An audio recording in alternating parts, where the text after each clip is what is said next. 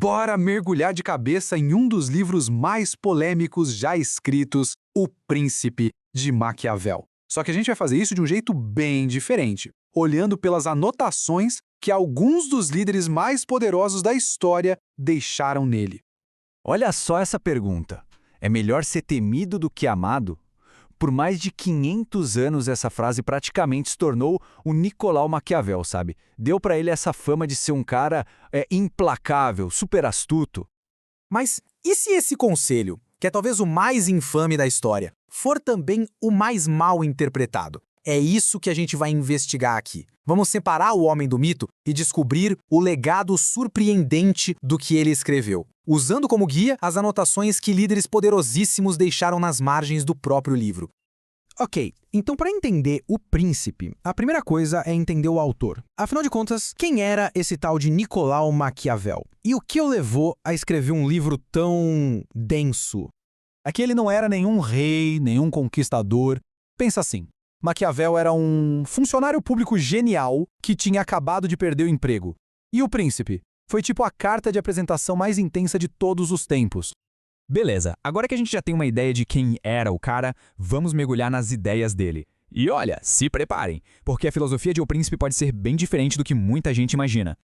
Para sacar o príncipe, é fundamental entender essa palavrinha aqui, virtu. E atenção, isso não tem nada a ver com virtude no sentido moral, de ser bonzinho. Para Maquiavel, virtu era uma mistura de habilidade, de coragem, de eficácia. Era ter a manha e a atitude para fazer o que fosse preciso para manter o Estado seguro.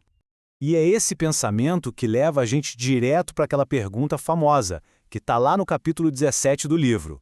O conselho do Maquiavel não é sobre ser cruel por ser cruel, sabe? É um cálculo, frio, pragmático. O que ele argumenta é o seguinte: o amor do povo é uma coisa instável, pode sumir a qualquer momento.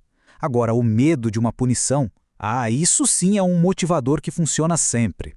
Tá, mas e como um príncipe consegue ser temido sem ser odiado? Maquiavel dá dica de ouro. Não mexe na propriedade nem nas mulheres dos seus súditos. Ele chegou a escrever aquela frase famosa, né? Que os homens esquecem mais fácil a morte do pai do que a perda do patrimônio. Uma visão bem crua da natureza humana, mas, segundo ele, realista. E o conselho dele sobre liderança não para por aí. Ele usa uma metáfora poderosíssima sobre a dupla natureza que um líder precisa ter. Olha só essa comparação. O líder precisa ser um leão para usar a força e espantar os inimigos, mas também precisa ser uma raposa para ter a astúcia de perceber as armadilhas. Se for só leão, cai na armadilha. Se for só raposa, não consegue se defender dos lobos. Essa capacidade de juntar força e inteligência é um exemplo perfeito da tal virtu na prática. E aí que entra a inteligência da raposa. Maquiavel está dizendo basicamente o seguinte: num mundo onde nem todo mundo joga limpo, seria burrice um príncipe cumprir sempre a palavra dele, ainda mais se isso for prejudicá-lo. A sobrevivência do Estado vem em primeiro lugar. Ponto.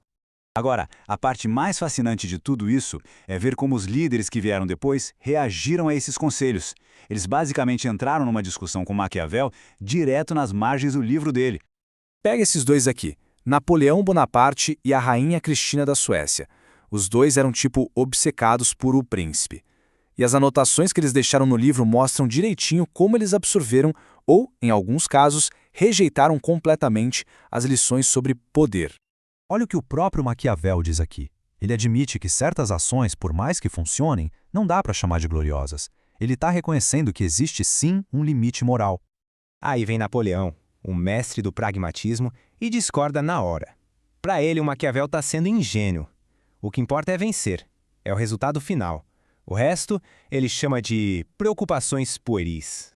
Já a Rainha Cristina da Suécia, ela fica do lado do Maquiavel. Concorda que tem uma linha que não se deve cruzar. E esse debate, essa conversa nas margens do livro, mostra perfeitamente como a obra dele continua provocando e dividindo opiniões até hoje. E tem mais. Maquiavel insiste nesse ponto, traçando uma linha bem clara. A crueldade exagerada, para ele, impede um líder de alcançar a verdadeira grandeza.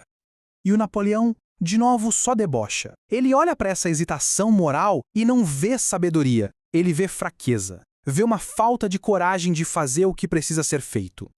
Então, por que um livro de 500 anos ainda é tão importante? Porque o Maquiavel simplesmente arranca fora toda a idealização e nos força a encarar uma verdade bem desconfortável, que a política nem sempre é sobre o que é moralmente certo, mas sim sobre o que é necessário para sobreviver.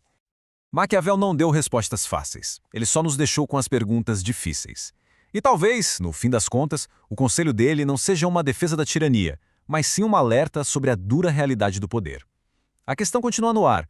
No mundo que não é perfeito, um líder pode ser ao mesmo tempo bom e eficaz? Ele deixou essa pergunta em aberto. E talvez seja por isso que, 500 anos depois, a gente ainda não consegue parar de ler o que ele escreveu.